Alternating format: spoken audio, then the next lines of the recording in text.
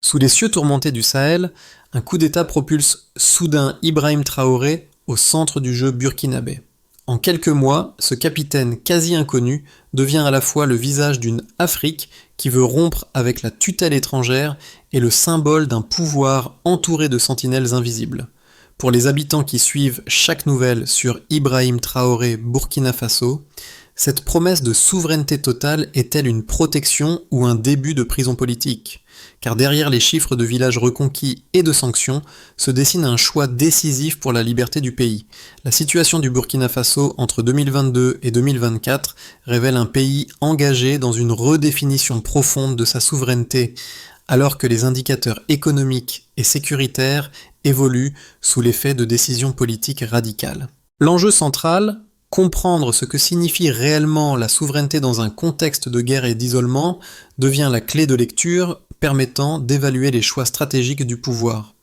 Cette interrogation structure non seulement les débats nationaux, mais aussi les recherches internationales sur la trajectoire burkinabé. Dans un paysage marqué par la réduction de 25% des villages contrôlés par les insurgés et une inflation montée à 12% en 2023, les Burkinabés cherchent à déterminer si ces résultats justifient l'isolement diplomatique et les tensions économiques qui s'accumulent. Un détail, souvent négligé, change pourtant la perspective.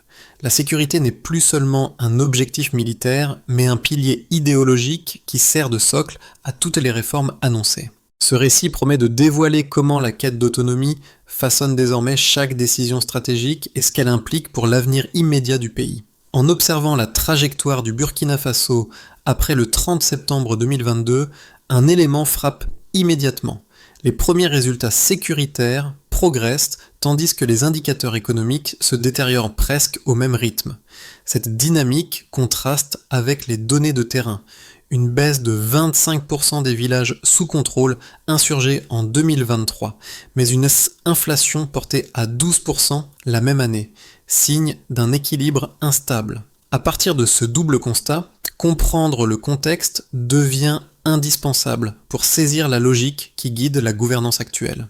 Lorsque Ibrahim Traoré prend le pouvoir, le pays traverse une guerre asymétrique prolongée, un effondrement territorial partiel et une dépendance structurelle aux partenaires extérieurs. Le coup d'État marque alors plus qu'un changement institutionnel. Il ouvre une phase où la souveraineté devient principe directeur, moteur idéologique et justification stratégique. Très tôt, le pouvoir fixe deux priorités: restaurer la sécurité et rompre avec les ingérences perçues. Cette orientation entraîne une rupture nette avec certains alliés historiques, notamment la France, et un rapprochement avec de nouveaux partenaires africains ou asiatiques. Parallèlement, les sanctions économiques, combinées à l'isolement diplomatique, renforcent la pression interne sur un modèle déjà fragilisé. Sur le terrain militaire, les forces burkinabées, restructurées et soutenues par un encadrement plus strict, parviennent à réduire les attaques contre leur position, une baisse de 18% relevée en 2023. Mais ces avancées se heurtent à une réalité plus complexe. La guerre continue, les coûts humains et logistiques restent élevés et la stabilité demeure fragile. Au-delà des opérations militaires, une transformation idéologique s'installe. La souveraineté cesse d'être un simple slogan pour devenir une doctrine. Recentrage national, contrôle resserré, sécurisation des ressources et autonomie stratégique. Pourtant, cette orientation soulève une interrogation cruciale. La souveraineté ainsi redéfinie constitue-t-elle un levier durable ou le prélude à une rigidité politique difficile à réformer ? C'est à partir de ce dilemme que se structure toute l'évolution du pays dans les mois suivants. L'un des points d'inflexion les plus visibles dans les premiers mois du pouvoir est la manière dont Ibrahim Traoré réorganise l'appareil sécuritaire autour de lui en misant sur des sentinelles discrètes plutôt que sur des gardes traditionnels. Ce choix n'est pas anodin. Il signale une conception nouvelle de la protection, centrée sur l'anticipation plutôt que sur la réaction, et marque la naissance d'un style de gouvernance fondé sur la vigilance permanente. Ces hommes, disséminés dans l'ombre, incarnent l'idée selon laquelle la sécurité est un état d'esprit avant d'être une mécanique militaire. Les premiers effets se font sentir rapidement. Dans plusieurs localités proches des zones de tension, Des équipes mobiles réorganisées sur le modèle de ces sentinelles parviennent à prévenir des attaques qui, jusque-là, surprenaient les forces régulières. Les habitants de ces zones témoignent d'un sentiment de regain de contrôle, même si ce contrôle reste fragile. Une femme rencontrée près de Kaya décrit une amélioration timide mais réelle. Moins de coupures nocturnes, plus de patrouilles visibles et un retour progressif de certaines petites activités commerciales. A l'inverse, un commerçant de Huaiguya rapporte que cette présence accrue s'accompagne souvent d'une surveillance plus lourde, parfois perçue comme intrusive. La sécurité, dans ce contexte, oscille entre protection rassurante et pression constante, selon la position sociale et la proximité avec les zones de combat. Cette dualité met en lumière une question cruciale. La montée en puissance de la sécurité transforme-t-elle réellement le quotidien, ou ne fait-elle qu'imposer un cadre plus strict sans résoudre les causes profondes de l'instabilité ? La réponse encore incertaine ouvre une réflexion plus large sur l'avenir de ce modèle. Lorsque la séquence ouverte en septembre 2022 bascule réellement, c'est moins par un geste spectaculaire que par une succession de signaux courts qui, mis bout à bout, redessinent la trajectoire du Burkina Faso. Le premier déclencheur survient dans les semaines suivant la prise de pouvoir d'Ibrahim Traoré. L'annonce d'un recentrage stratégique, accompagné d'une rupture nette avec les anciens partenaires militaires occidentaux. Cette décision, brutale dans son timing, ouvre une phase où la souveraineté n'est plus un horizon, mais une méthode. Elle s'impose comme cadre de toutes les opérations et comme justification de l'ensemble des décisions à venir. À partir de ce moment, plusieurs chantiers s'enchaînent rapidement. Les structures de commandement sont resserrées, les chaînes de décision raccourcies et les unités déployées sur les zones sensibles reçoivent des marges d'action plus grandes. Cette dynamique produit des résultats rapides. Certaines localités recouvrent une forme de contrôle, les patrouilles gagnent en cohérence et les forces insurgées perdent des positions qu'elles détenaient depuis des mois. Sur le terrain, les soldats rapportent un changement de rythme, davantage d'initiatives locales, moins de lourdeur hiérarchique, plus de coordination entre dispositifs civils et militaires. Cette période marque une accélération visible, où chaque modification administrative s'accompagne d'une action opérationnelle. Mais cette montée en puissance atteint son apogée lorsque la doctrine sécuritaire, conçue autour de la vigilance permanente, s'étend à l'ensemble du territoire prioritaire. Les sentinelles, déjà actives autour du cercle rapproché d'Ibrahim Traoré, inspirent une réorganisation plus large. Multiplication d'équipes légères, mobilité accrue, surveillance discrète et renforcement des points de résistance. Cette réorientation provoque une poussée notable. Recul des attaques dans plusieurs zones du Nord, diminution du nombre de villages tenus par les insurgés et regain de confiance dans certains axes de déplacement. Pour la première fois depuis longtemps, les populations de régions isolées évoquent un mouvement opposé au cycle habituel, non plus l'avancée des groupes armés, mais leur retrait progressif. Dans cette phase, le discours politique s'aligne avec le terrain. Souveraineté, indépendance stratégique, rejet des ingérences. Les mesures économiques, bien que fragilisées par l'isolement, cherchent à soutenir l'effort sécuritaire. Le pays entre alors dans un état de mobilisation prolongée où la protection devient à la fois exigence opérationnelle et symbole de résistance nationale. Cependant, toute avancée comporte son prix. L'intensification des opérations entraîne une pression accrue sur les ressources, accentue les besoins logistiques et expose les zones stabilisées à des contre-attaques sporadiques. Les sanctions internationales, déjà pesantes, se durcissent à mesure que la rupture diplomatique se confirme. Les effets secondaires apparaissent, inflation persistante, tensions sur les produits essentiels, ralentissement des activités commerciales dans les zones urbaines. Les communautés, bien que soulagées par la baisse relative des attaques, ressentent les contraintes quotidiennes d'un pays en isolement.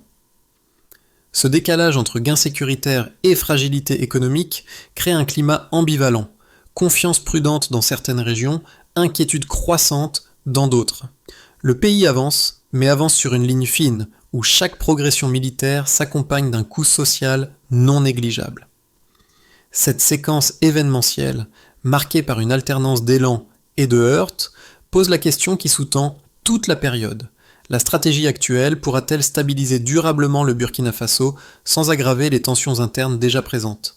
La phase qui suit les premiers succès opérationnels impose une lecture rigoureuse des données pour mesurer l'ampleur réelle des transformations engagées sous Ibrahim Traoré. L'objectif n'est plus seulement de décrire une dynamique, mais de quantifier ce qu'elle représente pour un pays soumis simultanément à la pression sécuritaire et à l'isolement économique. Le passage baseline, delta, devient indispensable. Comprendre d'où partait le Burkina Faso, puis ce qui a effectivement changé. Avant 2022, plusieurs régions vivaient sous une pression constante. Villages désertés, routes abandonnées, attaques répétées contre les positions militaires. L'économie dépendait largement des partenariats extérieurs, et la sécurité reposait sur des dispositifs hybrides souvent mal coordonnés. Le pays entrait dans un cycle de perte progressive de contrôle où chaque recul territorial entraînait une baisse d'activité et d'économique locale. C'est dans cette configuration instable que l'arrivée au pouvoir d'Ibrahim Traoré cherche à établir un point d'arrêt. Les données montrent ce que c'est que le nombre de villages sous contrôle insurgé diminue de 25% en 2023 par rapport à l'année précédente. Cette baisse traduit un regain d'initiative opéré par les forces locales restructurées. L'impact direct se ressent dans plusieurs couloirs stratégiques où les patrouilles réapparaissent et où certaines activités agricoles reprennent timidement. Cette progression n'efface pas la menace, mais elle modifie le rapport de force dans des zones critiques du nord et de l'est. Parallèlement, l'isolement diplomatique et les sanctions entraînent une inflation de 12% en 2023.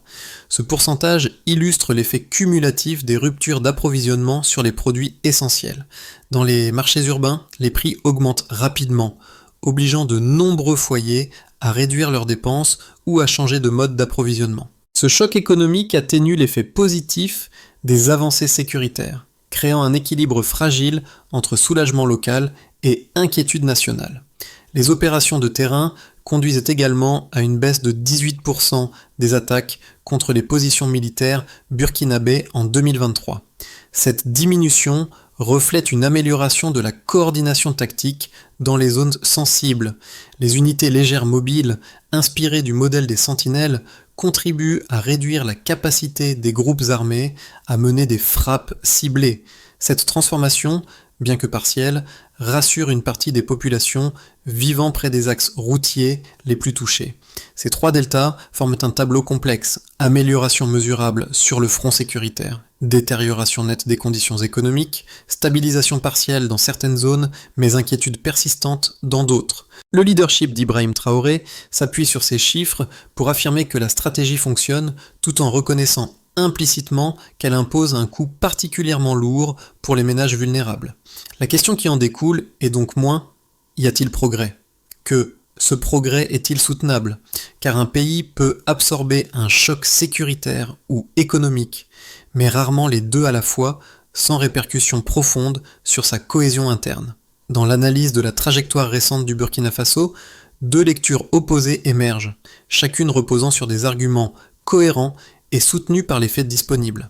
La première considère que la stratégie actuelle constitue un passage nécessaire pour restaurer un minimum de contrôle dans un pays fragmenté par une guerre asymétrique. Selon cette perspective, l'effort de reconquête territoriale, la réorganisation des unités mobiles et la baisse mesurée des attaques contre les positions militaires montrent qu'un modèle plus autonome peut fonctionner, même dans un contexte d'isolement diplomatique. Pour ses partisans, la priorité reste la sécurité fondamentale. Sans espace stabilisé, aucune réforme économique durable ne peut s'ancrer. La seconde lecture formule une critique plus structurelle. Elle pointe les risques liés à la centralisation renforcée, à la dépendance grandissante envers une doctrine sécuritaire omniprésente et à l'érosion progressive des mécanismes de contrôle démocratique. Dans ce cadre d'interprétation, l'amélioration sécuritaire n'est qu'un répit temporaire masquant une tension profonde. L'économie reste vulnérable. Les sanctions compliquent l'approvisionnement et le resserrement politique limitent les espaces de contestation. Pour ces observateurs, la sécurité gagne du terrain, mais au prix d'une contraction des libertés qui pourrait fragiliser la stabilité à long terme. La réponse la plus solide, celle qui s'appuie sur les données plutôt que sur les perceptions, se situe au croisement de ces deux positions. Les chiffres de terrain confirment à la fois des gains opérationnels réels et des fragilités économiques persistantes. La baisse des attaques et le recul des insurgés témoignent d'une efficacité tactique, tandis que l'inflation élevée, les revenus instables et les contraintes logistiques rappellent les limites d'un modèle reposant surtout sur la fermeture extérieure. Cette synthèse souligne que le débat ne doit pas opposer sécurité et liberté, mais interroger leur articulation. La sécurité peut progresser, mais elle doit encore s'inscrire dans des conditions économiques viables et une gouvernance capable d'absorber les tensions internes sans les amplifier. Un basculement silencieux apparaît. Au milieu de la séquence engagée depuis 2022, un détail longtemps perçu comme secondaire modifie soudain l'interprétation générale. La doctrine de souveraineté conçue par Ibrahim Traoré ne se limite plus à l'appareil sécuritaire, elle commence à restructurer la manière dont l'État organise ses ressources, ses alliances et ses priorités internes. Cette inflexion ne vient pas d'une annonce officielle, mais de l'observation de plusieurs signaux convergents. Des ajustements administratifs rapides, des redéploiements dans certaines régions et une coordination plus étroite entre acteurs civils et militaires. Ce glissement crée une dynamique nouvelle. Là où la sécurité semblait jusqu'ici absorber toute l'attention, une logique plus large apparaît. Consolider les zones stabilisées, remettre en activité des circuits de production locaux et renforcer la capacité d'action des collectivités touchées par les ruptures d'approvisionnement. Cette transition, encore incomplète, laisse penser que le pays cherche à éviter le piège d'une protection trop centralisée qui étoufferait la marge de manœuvre économique. Cependant, cette ouverture reste fragile. Les effets des sanctions persistent, les tensions internes demeurent et les attentes sociales augmentent plus vite que les capacités de l'État. Le midpoint révèle donc moins une victoire qu'un virage stratégique encore incertain. Les conséquences concrètes des choix opérés depuis 2022 apparaissent désormais avec une netteté nouvelle, car les effets sécuritaires, économiques et sociaux se déploient différemment selon les groupes concernés. La gouvernance d'Ibrahim Traoré, fondée sur une souveraineté assumée et une sécurité renforcée, transforme le quotidien de millions de Burkinabés, mais selon des trajectoires contrastées. Pour l'appareil d'État, l'impact le plus visible réside dans la réorganisation des chaînes décisionnelles. Les structures militaires, resserrées autour d'unités plus mobiles, bénéficient d'une autonomie accrue qui leur permet d'opérer avec davantage de cohérence sur les zones sensibles.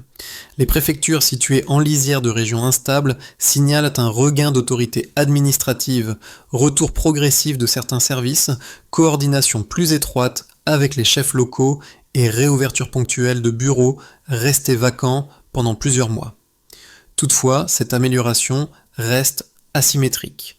Dans les zones plus éloignées, l'administration demeure dépendante des corridors sécurisés et peine à retrouver un fonctionnement normal. Pour les entreprises, les effets sont ambivalents. La réduction des attaques dans certaines zones a permis la relance limitée de circuits agricoles ou miniers, donnant aux producteurs l'impression d'un espace plus stable pour opérer. Mais les sanctions internationales, les ruptures d'approvisionnement et l'inflation élevée compliquent l'activité quotidienne. Les petits commerçants signalent la montée du coût du transport, des matières premières et de l'énergie, facteurs qui rognent les marges et freinent les investissements. Plusieurs ateliers en périphérie de Ouagadougou fonctionnent désormais par séquence pour limiter les pertes, oscillant entre opportunités créées par les zones sécurisées et contraintes économiques persistantes. Pour la population, la transformation est plus sensible encore. Les habitants des zones stabilisées constatent une diminution des menaces directes, routes plus praticables, nuits légèrement plus calmes, marchés qui rouvrent quelques jours par semaine. Mais ces améliorations se heurtent à une réalité dure, prix des denrées en hausse, accès irrégulier aux produits essentiels et chômage accentué chez les jeunes. Les foyers ruraux voient leurs dépenses augmenter plus vite que leurs revenus, surtout dans les régions frappées par les ruptures logistiques. Les jeunes citadins, quant à eux, expriment un sentiment paradoxal. Soulagement relatif face au recul des attaques, frustration face à l'absence de perspectives économiques tangibles. À l'échelle régionale, le Burkina Faso projette une image plus affirmée depuis l'arrivée d'Ibrahim Traoré, mais cette posture entraîne également des tensions avec certains partenaires historiques. Les sanctions limitent la fluidité des échanges, ralentissent les corridors commerciaux et obligent le pays à diversifier rapidement ses interlocuteurs diplomatiques. Certains voisins observent positivement la baisse des zones insurgées près des frontières, mais restent prudents face aux incertitudes économiques. Au niveau continental, la quête de souveraineté inspirée par Ouagadougou résonne dans d'autres capitales africaines, tout en suscitant des interrogations sur la durabilité d'un modèle reposant à la fois sur l'isolement relatif et la mobilisation interne. L'ensemble de ces dynamiques montre que le pays avance, mais avance sous tension. Chaque gain sécuritaire produit un effet immédiat, alors que les retombées économiques et sociales exigent plus de temps, plus de stabilité et une gestion plus large que la seule logique de protection. À ce stade, le Burkina Faso entre dans une phase où les trajectoires possibles se distinguent clairement. Les 12 prochains mois dépendront de 3 variables majeures: la capacité de l'État à stabiliser durablement les zones reconquises, l'évolution des sanctions internationales et la marge de manœuvre économique que le pays pourra reconstituer. Les scénarios suivants n'attribuent aucune probabilité. Ils décrivent des cheminements plausibles fondés sur les tendances observées depuis 2022. Dans la trajectoire la plus réaliste, la sécurité progresse, mais à un rythme modéré. Les unités mobiles poursuivent leur consolidation, les attaques restent en recul et quelques corridors routiers supplémentaires deviennent praticables. Cependant, l'économie demeure sous pression. L'inflation reste élevée, les coûts logistiques ne baissent pas et les ménages continuent d'ajuster leur consommation. Si la situation évolue ainsi, alors le pays pourrait maintenir un équilibre précaire, avec une amélioration tangible pour certaines régions, mais un manque de souffle pour relancer pleinement la croissance. Les administrations locales gagneraient une stabilité relative, sans pour autant retrouver leur capacité opérationnelle antérieure à la crise. Un second chemin s'ouvrirait si certaines sanctions étaient partiellement allégées et si le pays parvenait à nouer des accords pratiques avec des partenaires africains ou asiatiques. Dans ce cas, la baisse des coûts d'importation détendrait les marchés urbains, permettant aux activités commerciales de reprendre plus régulièrement. Si une telle réouverture se confirmait, alors l'État disposerait d'une marge budgétaire plus large pour soutenir les zones reconstruites et relancer les chantiers agricoles ou miniers. Cette perspective renforcerait aussi la position régionale du pays, offrant la possibilité d'une coordination sécuritaire plus efficace avec ses voisins. Le pire scénario se dessine si l'isolement se durcit. Sanctions prolongées, hausse des coûts, ralentissement sévère du commerce intérieur. Dans cette configuration, les progrès sécuritaires risquent de s'éroder sous l'effet des tensions sociales et du manque de ressources. Si les prix continuent d'augmenter sans amélioration des revenus, alors les poches de mécontentement pourraient s'étendre, compliquant le travail des forces locales et limitant la capacité de l'État à maintenir le contrôle sur les zones sensibles. Ce scénario mettrait le pays dans une situation où chaque avancée sécuritaire serait menacée par des fragilités internes croissantes. Pour naviguer entre ces trajectoires, la clé réside dans une approche conditionnelle. Si les gains sécuritaires sont consolidés, alors ils doivent immédiatement être relayés par des mécanismes économiques locaux afin d'éviter un déséquilibre durable. La stabilité ne pourra émerger que si ces deux volets avancent simultanément. Au-delà des chiffres, des scénarios et des dynamiques géopolitiques, les décisions prises depuis 2022 touchent directement celles et ceux qui composent le pays. 3 groupes en particulier ressentent les effets de manière distincte. Les ménages vulnérables, les jeunes en transition professionnelle et les familles vivant dans les zones périurbaines. Leur expérience, bien que différente, révèle une même interrogation. Comment absorber les coûts d'une souveraineté renforcée tout en maintenant un ancrage dans la vie quotidienne? Pour les ménages les plus fragiles, la priorité reste l'accès aux produits essentiels. Les fluctuations des prix et les ruptures d'approvisionnement modifient les habitudes. Certains foyers réduisent le nombre de repas complets par semaine, d'autres se tournent vers des alternatives locales moins coûteuses. Dans les zones où la sécurité s'améliore, ces contraintes s'allègent légèrement, mais sans disparaître. La stabilité reste trop récente pour transformer durablement l'économie domestique. Les jeunes, quant à eux, vivent une tension particulière. D'un côté, la diminution des attaques crée un environnement un peu moins anxiogène, de l'autre, le manque d'opportunités économiques réduit leur capacité à envisager l'avenir. Beaucoup expriment un besoin d'espace, espace pour entreprendre, former des projets, tester des initiatives. Sans visibilité économique, chaque décision devient un pari, souvent prise avec prudence. Dans les zones périurbaines, les familles observent un phénomène hybride, retour progressif de certaines activités, mais incertitude persistante sur la durée de cette amélioration. Pour elles, le quotidien se bâtit sur 2 échelles de temps, l'urgence d'aujourd'hui et l'espoir d'une stabilité à venir. Dans cette configuration, une question traverse tous les groupes. La sécurité retrouvée sera-t-elle suffisamment solide pour permettre des trajectoires individuelles plus stables, ou demeurera-t-elle une amélioration fragile, encore dépendante de multiples facteurs extérieurs?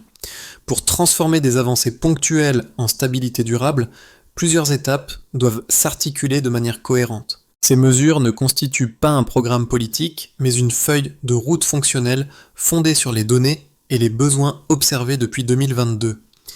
Elles s'adressent à 3 niveaux, les institutions, les territoires et les communautés locales, afin de créer une chaîne d'action continue qui dépasse la seule logique sécuritaire promue sous Ibrahim Traoré. Consolider les zones stabilisées. Le premier axe consiste à renforcer les territoires où les attaques sont reculées. Les collectivités doivent retrouver une capacité administrative minimale, réouverture des points de déclaration civile, retour des services de santé de base et coordination régulière entre autorités locales et unités mobiles. Une zone non administrée reste vulnérable, même si la menace immédiate diminue. Réanimer les circuits économiques essentiels. Le second volet repose sur la reconstruction progressive des réseaux de production et de distribution. Les zones agricoles proches des régions sécurisées doivent bénéficier de corridors protégés pour écouler leurs produits. L'objectif est simple. Si les revenus locaux augmentent même légèrement, alors la pression sociale liée à l'inflation baisse et le tissu économique se stabilise. Soutenir les initiatives communautaires. Un troisième bloc concerne les relais sociaux. Associations locales, coopératives, structures de jeunesse. Ces acteurs peuvent absorber une partie des tensions quotidiennes à condition d'avoir des marges d'action claires. Un appui technique léger, formation, matériel de base, procédures simplifiées, suffit parfois à relancer des dynamiques collectives encore fragiles. Intégrer la diplomatie pratique. Enfin, une ouverture sélective avec certains partenaires régionaux pourrait alléger les contraintes logistiques et faciliter l'accès aux biens essentiels. Si cette diplomatie pragmatique est menée sans renoncer aux fondements de la souveraineté, alors elle peut compléter l'effort interne sans le contredire. Cette trajectoire n'offre pas de solution miracle, mais elle propose un cadre où sécurité, économie et gouvernance avancent ensemble avec des résultats mesurables à court terme. Au moment de refermer cette trajectoire encore inachevée, une image revient, discrète mais persistante, celle des sentinelles évoquées dans les premiers mois du pouvoir, ces figures silencieuses qui avaient redéfini la manière dont la sécurité s'exerçait autour d'Ibrahim Traoré. Leur présence n'était pas seulement un dispositif opérationnel, elle symbolisait une vigilance permanente, presque invisible, qui accompagnait chaque décision stratégique. Aujourd'hui, cette image trouve un écho élargi. Le pays tout entier semble fonctionner comme ces sentinelles, avancée prudente, vigilance constante, attention portée sur chaque changement de rythme. Les familles qui vivent dans les zones stabilisées avancent pas à pas, les jeunes observent l'horizon avec une prudence mêlée d'espoir et les administrations locales tentent de reconstruire des routines que les crises successives avaient effacées. Pour certains, la trajectoire engagée sous Ibrahim Traoré représente une chance de reprendre la main sur un destin longtemps dépendant d'acteurs extérieurs.